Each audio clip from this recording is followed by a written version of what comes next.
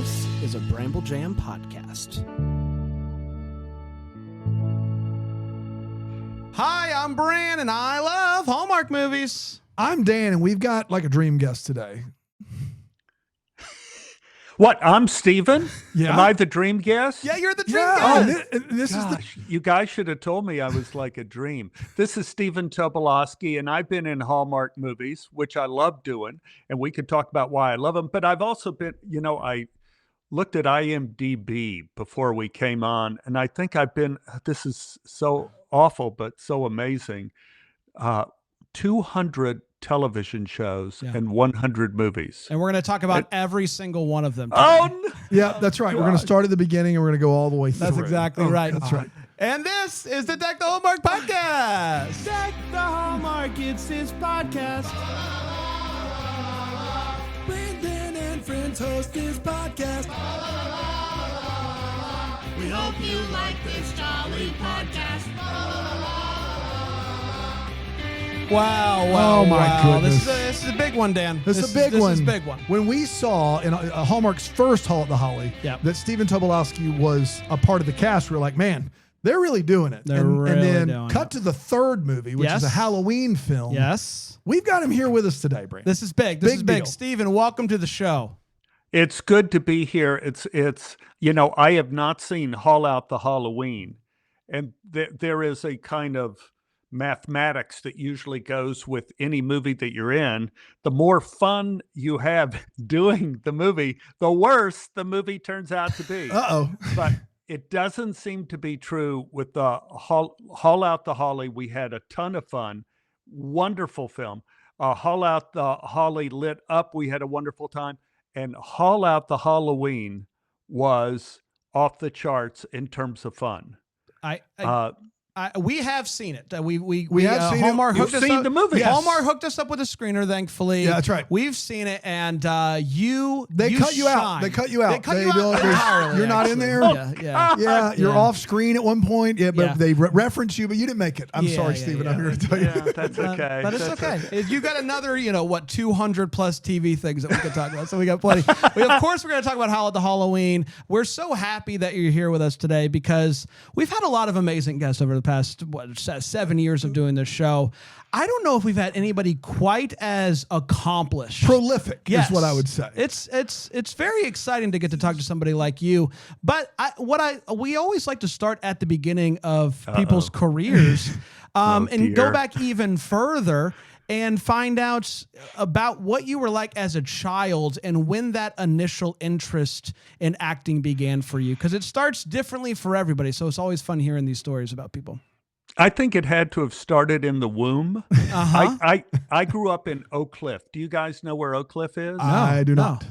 Yeah, Oak Cliff is outside of Dallas. It's kind of south and west of Dallas, and it was, I don't know how to. We spent a lot of time in nature. Okay. We spent a lot of time out by the creek. We spent a lot of time running wild in the woods. The parents would let us out in the morning, and we were just gone all day. and there was no babysitters, no nothing. And we were poisonous snakes and tarantulas, and we got into so much trouble, blowing up anthills with firecrackers. I mean, just all sorts of terrifying things. But the kids like to play cowboys and Indians. Mm-hmm. Getting to your question, they like to play cowboys and Indians. That was the big thing. And I remember at the age of 5, I said, guys, instead of playing cowboys and Indians today, why don't we play making movies? And they said, how do you play making movies? I said, it's the same thing as cowboys and Indians, except we're doing it in a movie. That's right.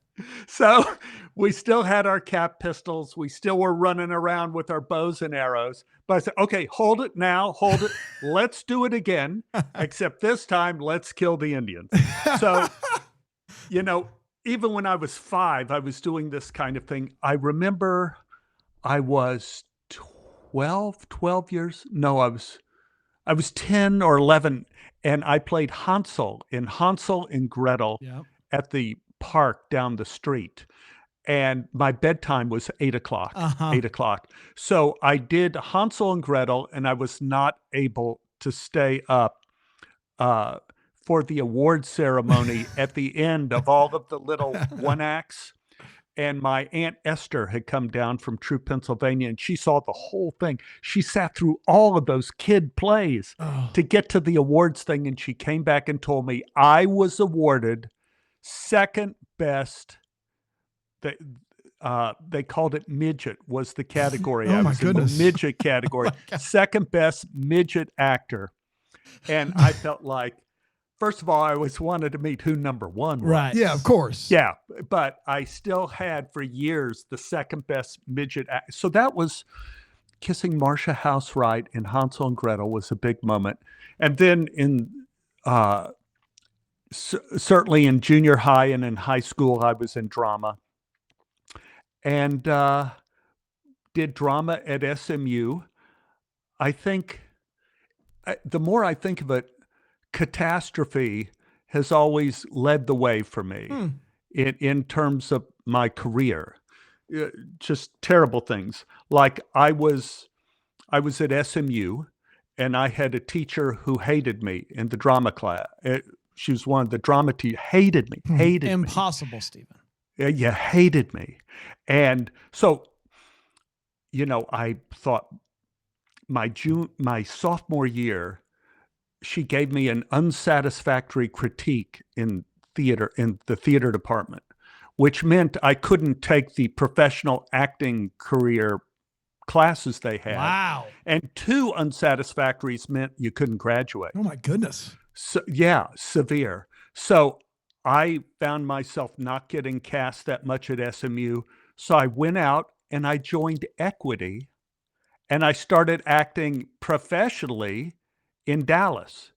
I did kid shows at the local Equity Theater, and then somebody saw me there and asked me if I joined SAG. Wow. And I did a movie. And so people in drama school at SMU hated me because I already had my Equity and SAG card, and I knew this teacher was going to be a monster to me.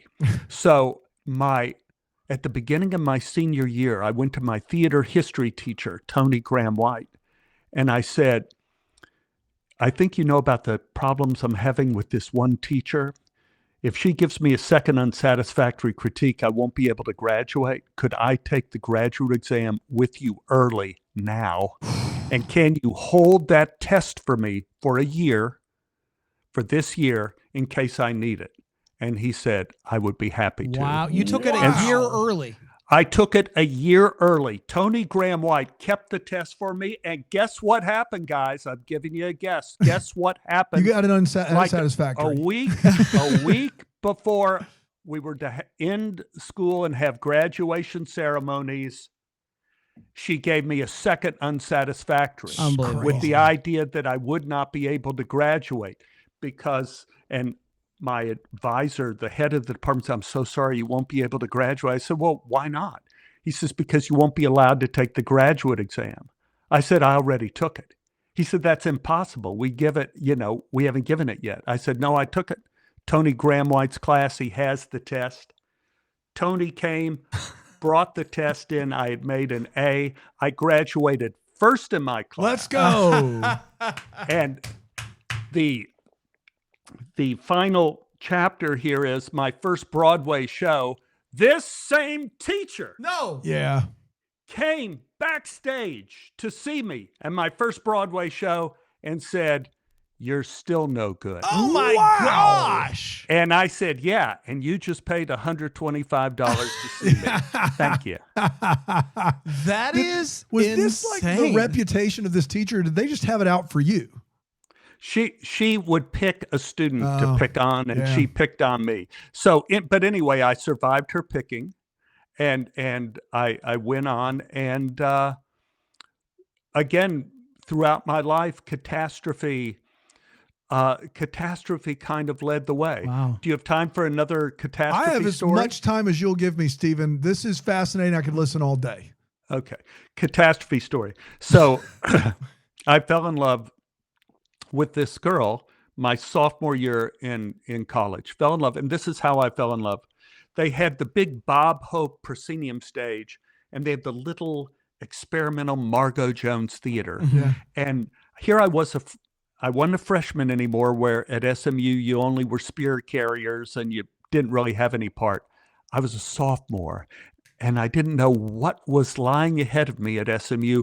And I was so overwrought with fear and anxiety. I ran into the empty Margot Jones Theater. It was pitch black. And I went up into the seats. And the only light in there was the ghost light. You know what a ghost light is? Yeah, I know what a ghost light is. Yes. They put it on stage, just a pool of light on stage.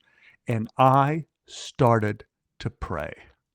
Yeah. I wasn't that religious then, but when it came to theater, I was very religious. Yeah. And I was saying, dear God, what lies ahead for me? What is going to be here? What is my future going to be? And then I hear the door open and shut of the Margot Jones Theater, hear footsteps coming, and then up on stage, this girl with blonde hair, little girl, like, a freshman, jumps up on stage, and she can't see me. I'm in the audience. And she's kind of looking at the theater the same way I was. And then suddenly she strikes a pose like she's on a tightrope and is about to lose her balance. And she pretends to tightrope across the stage. And then she looks out at the empty theater and bows and runs off. And I had fallen in love. Oh my gosh. Oh boy. And I had to find out who the blonde girl was. Now this would make a good Hallmark movie. Yeah. So I had to find out who the blonde girl was, and it was this freshman girl named Beth from Mississippi. And I had to find her somehow. I found her. We fell in love. We were together for many years, and we went to the University of Illinois together after SMU, and nobody ever cast Beth.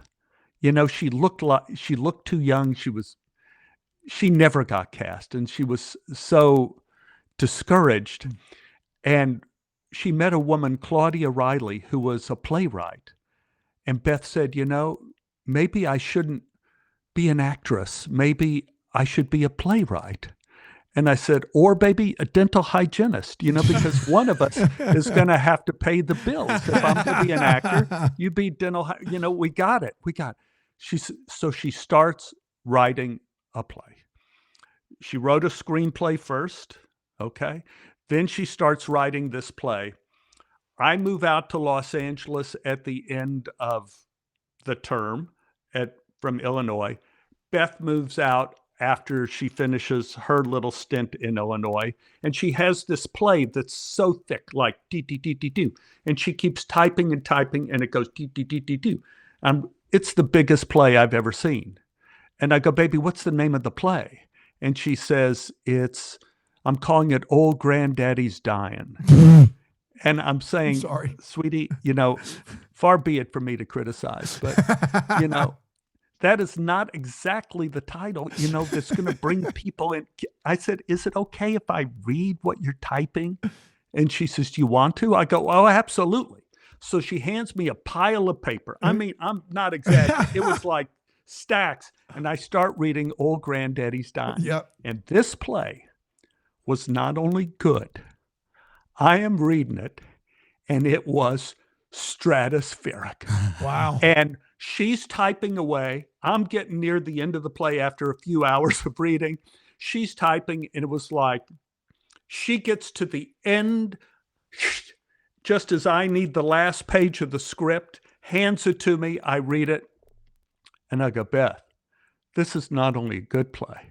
This is one of the best plays ever written. This is great. You cannot call this Old Granddaddy's Dying. No. You have to have a better title. And she said, well, what title would you give it? And I said, well, the youngest of the Mississippi sisters shoots her husband because she doesn't like the way he looked. And he was abusive to her. And in a court case, they called that a crime of passion. You could call the play Crimes of Passion. Oh. That's a good title. Oh. That's a good title. So we start doing Crimes of Passion in LA with our little group of people. None of us have agents or anything. And one of the women who was playing the role of Meg in this play, she had an agent. And she said, I'm going to give Crimes of Passion to my agent, Richard. Richard never read the play, but he had a friend who came out from New York who liked to read plays when he visited LA. So Richard gives him a pile of plays, and on the top of that pile is Old Granddaddy's Dying. I mean, and Crimes of Passion. Yeah. Crimes of Passion. So his friend goes back to New York. We get a phone call from Kennedy Airport from Gilbert Parker, the head of William Morris Agency in New York. He says, could I please speak to Beth Henley about her play Crimes of Passion? We would like to represent it at William Morris. I think this play should be on Broadway. I give the phone to Beth. She's like going, huh? I mean, the look on her face is like, and Gilbert says, you cannot use really the title Crimes of Passion. You can't copyright a title, but there's going to be a movie coming out called Crimes of Passion. It's best not to confuse. You should have a different name. So Beth turns to me and says, what name should I call it? And I said, well, instead of Crimes of Passion, call Crimes of the Heart. It's the same thing. Crimes of the Heart ended up winning the Pulitzer Prize. Oh my gosh. Yes. Pulitzer Prize, I think, when was it? Like 81? Something like Beth Henley, Crimes of the Heart. Man. And the play, in fact, ended up on Broadway, nominated for Tonys. She wrote the Miss Firecracker contest, which I directed in New York with Holly Hunter. And then I'll get back to your original question. As Beth became more and more successful, our relationship started falling apart. Yeah. No. Yeah, there it is. Another subject for a Hallmark movie. You got it. Yeah. And so as it fell apart, my movie career suddenly started to have some kind of weird life. Alan Parker asked me to audition for Mississippi Burning, which I auditioned for. And the casting director of that was Howard Fuhrer, really great guy. And and after I got the part of Mississippi Burning, Howard Fuhrer ended up working on a movie, Groundhog Day. That's the ticket. And he remembered my auditions and stuff with Alan Parker, and he recommended me to Harold Ramis, and therefore the connection of misery from losing my girlfriend to Alan Parker to Groundhog Day was complete, and misery once again opened the doors for me. That's unbelievable. I was just going to ask a quick question. So how old were you when you get Groundhog Day? God, I want to say 30. Yeah, that's amazing. Yeah. You were in some movies in very small parts before then, but I mean, Stephen, if we got to get to Hall at the Holly, I just want to ask one kind of overarching question. You are the and with guy who brings something to a movie. You've been in very famous comedies. You've been in very famous not comedies. You've been in sitcoms, and your spectrum of work is go see Stephen and, something like Memento or Californication, or go see him in Groundhog Day. You kind of, it's wild what you've been able to do for over 40 straight years. Was it Groundhog Day? I mean, you've worked for Michael Mann, Chris Nolan, Ridley Scott. What most people who get that with and title, they do it in just comedy or just drama. What is it about your career from Groundhog Day to present that has allowed you that breadth of genre, that's allowed you to be in all these different genres and be that guy that comes in to really make a special moment in a film or TV show? I think I was lucky in that I began with Alan Parker, and because Mississippi Burning was such a big dramatic role, and that's what people expected. And I had, I'm going to tell you another quick story. Is that okay? Sure. Of course. Okay. Quick story. I had a great acting teacher who said, whatever you do, always be reading plays, working on plays, and say yes to every experience. My first day in LA, I go to acting class. I sign up for an acting class like he recommended. And someone said, we're losing an actor this week. We need someone to fill in this play called Time of Your Life to play the part of Dudley Bostwick. Anyone volunteer? I go, yeah, I don't even know what the hell it is. Yeah. And what this part was was this guy is outside the main action and he's waiting for his girlfriend to show up the entire play. And there's only one speech Dudley Boswick has, which is really on the payphone to her, begging her to show up. Please show up. Please come. And he's waiting, and the play ends. And as it's ending, she shows up and meets him at the table. And so it ends with this love completion thing. Very sweet thing. So I take over the part. I have 3 days to learn the part, get ready for it. First performance was great. Remembered everything. Second performance, people said Fran Bascom is in the audience. And she was one of the leading casting directors in Los Angeles at the time. Wow. And everybody said, oh my God, this is our chance. Uh-huh. And I'm going like, okay, this is my chance to do it for Fran Bascom.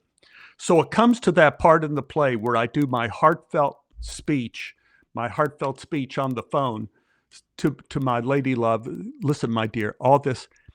And as I'm doing my speech and it's going really well, the payphone falls off of the wall. It falls on the floor and the audience is like laughing. Uh-huh. So I keep going with the speech and I get down on my hands and knees and now I'm on the floor and the audience is roaring. And I pick up the payphone and I stand up I'm now holding the payphone and walking around the stage, and payphones are very heavy. Yeah. Uh-huh. It's like 50 pounds. It's very heavy. And I'm carrying this payphone, pull it out of the wall, and I'm caulking. And then the wire from the phone to the payphone falls out.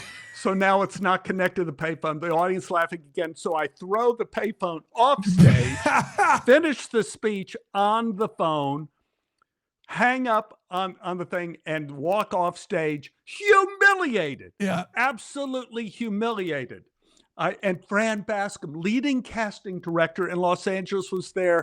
Next day, I get a call from Fran Bascom's office. She says, Stephen, can you please come in? I went, what? Come in. I sat at Fran Bascom's desk. She had a stack of TV scripts, and they're all comedies, right? Sitcom comedies. Mm-hmm. She says, I want you to read these scripts and tell me if there's any part in there you think you can do. I said, I'm sorry, I don't get this. That was the worst. That was my biggest catastrophe in my life. And she says, no, you're the kind of actor we're looking for.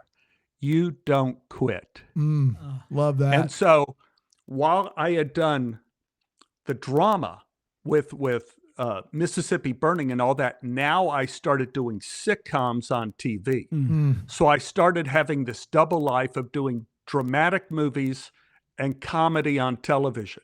And I think then that eventually led to comedy in the movies with Groundhog Day, with the crossover. And so I got the reputation of doing both. I love it. Amazing. I love it.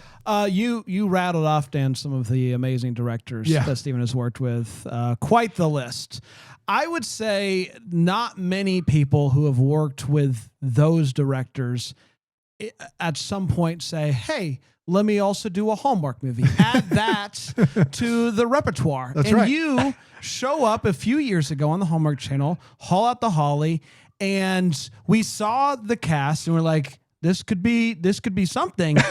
And not only was it something, it was the funniest thing Hallmark's ever done. Still to this day, I think. What was it about that project that made you go, you know what?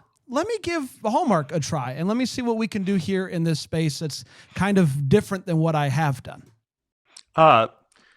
Well, we've gone through my drama through line and we've gone through my comedy through line. Here's my catastrophe through line. All right. Is that in 2008, I broke my neck. Oh my God. Riding on a horse on the side of an active volcano in Iceland. Yeah, as you do. I've been there. We've all been there. We've all been there, haven't we? Y'all have that, man. They say, watch out for that broken neck. I tell you. My doctor told me I had a fatal injury. Oh my. Which I said, well, you know, doc, I come from the world of theater and words have meaning. And fatal means I'm dead. He says, no, it's a freak thing that you're alive. And so that's when I learned about the value of my wife.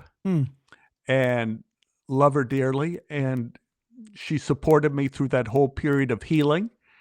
That's kind of, that's kind of when I ended up in Glee. Yeah. After my neck healed and started doing that. And then I had open heart surgery. Oh my goodness. That was bad. And that's when I recovered. And in the hospital, I'm watching Hallmark movies. Oh, wow. And I'm going like, this is very healing.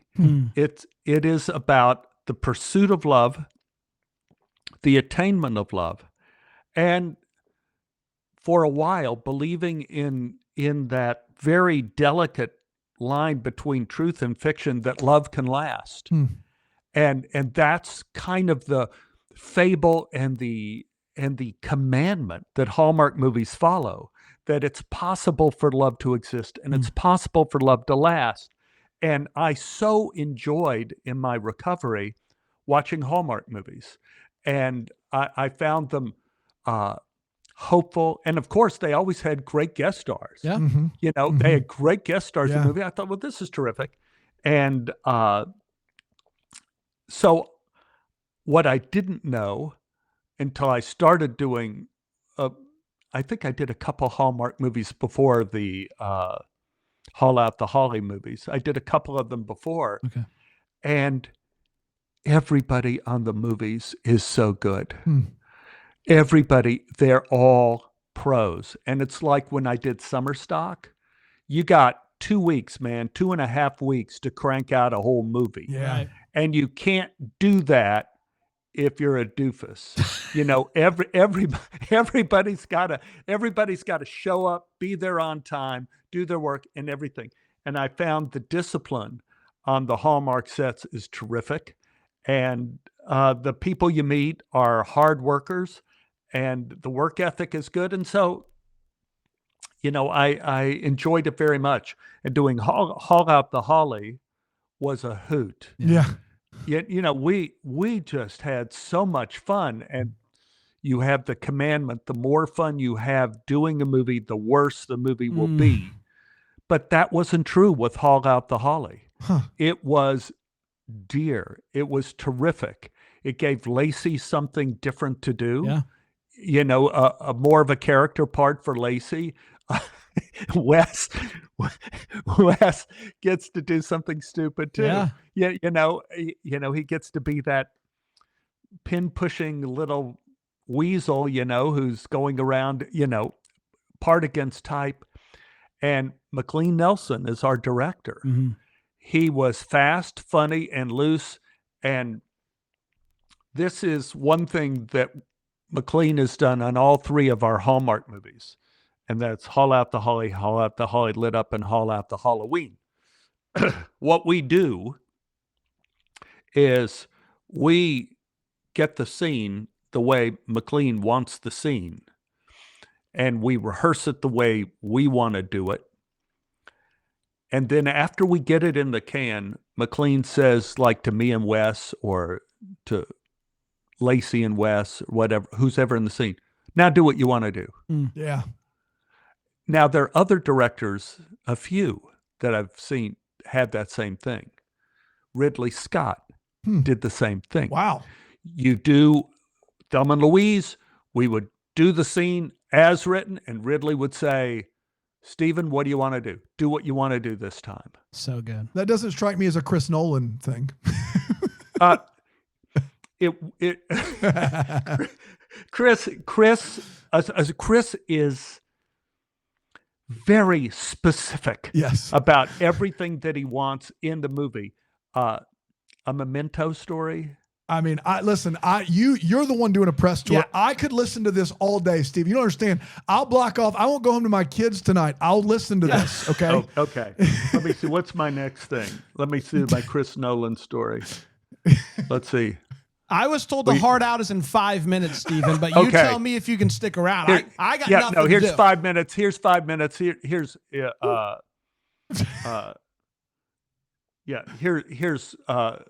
Chris Nolan's story. So John Papsidero gives me a script of Memento. It's like this thick. Yeah. It's like huge. It's bigger like than Crimes gigantic. of Passion. Yeah, bigger. Yeah. Gigantic script. And I'm going like, oh God, this is going to be terrible. Because how long is a movie script? It's like how 100 long pages? is a Hallmark script? Yeah. Movie script is Hallmark script, 110 pages, 120 max. Yeah. You know, because it's a minute a page. That's 2 hours. We got to cut it down to an hour and a half. Yeah. So I'm thinking this is going to be the worst thing in the world. I start reading this and I'm just swearing upstairs, and Ann says, "Is it terrible?" I'm going, "No, right now it's the best script I've ever read." At the end of this time, I throw it across the room. Oh, man. And Ann goes, "Horrible. He ruined it, right?" I go, "No, definitely the best script I ever read." Yeah. So I went in to meet Chris and I said, "Chris," I told him about the throwing the script across the room. I said, "I want to play Sammy Jenkins." Yeah. He says, "Well, Stephen, that's not that big of a part." He says, No.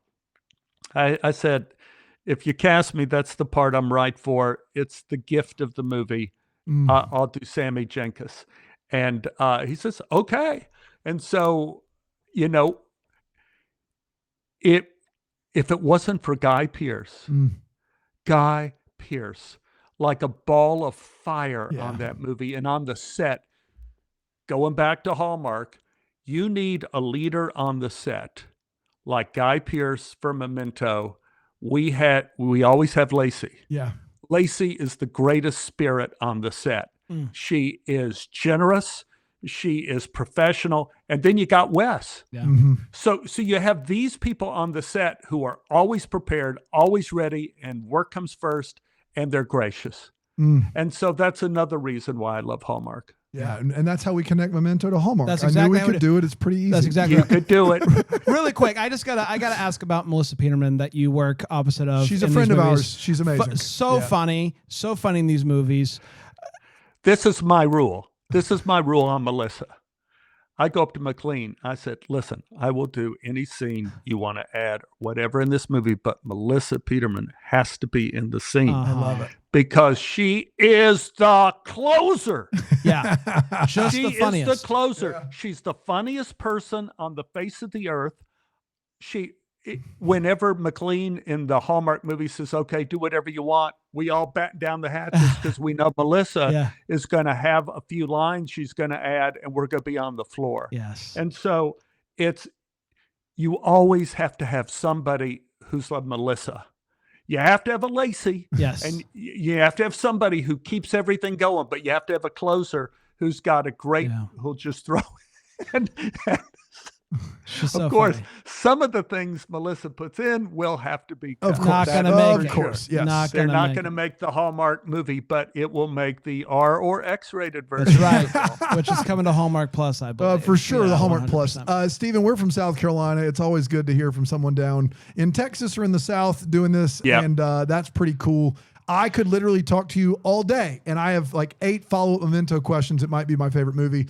But we thank you for being in these movies. They're fantastic. Or do we have time for a rapid fire? Or you just want to do charity? Well, I would say let's do charity, but Hall at the Halloween is airing this Saturday. Very excited about it. A lot of fun, very spooky, very fun. Can't wait for that. But yes, we like to end all of our interviews by giving the actor a chance to talk about some sort of nonprofit or charity that they're passionate about. We like to give money, and we like for our listeners to also give money if they're willing. So for me, what was really important, and my wife and I have worked there, and we did it, was I forget when it started, but the food kitchen, the Hollywood Food Kitchen. We worked downtown at that, and we worked in Hollywood at that, and it's a nonprofit. You know, people could come up if they're hungry. They could get food. We serve the food. And it was so funny. I was serving in Hollywood, serving someone dinner. And one of these guys comes up, down on his luck, whatever.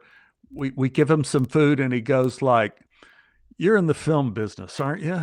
And I go, "Yes, sir." He goes, "I have a screenplay I'm trying to sell." Always be it closing. Never ends. But the food kitchen, especially nowadays, there are people walking there hungry. They don't know what to do. And it's a great charity to solve problems right away.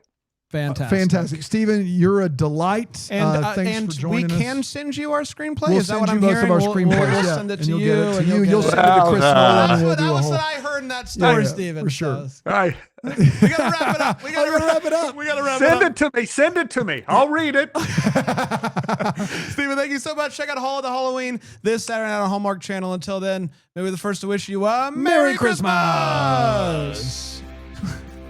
Deck the Hallmark's a Bramble Jam podcast produced by Brandon Gray. And yeah, that Greenville, South Carolina. For more information on the show, go to deckthehallmark.com. And to listen to this episode ad-free, you can go to bramblejamplus.com.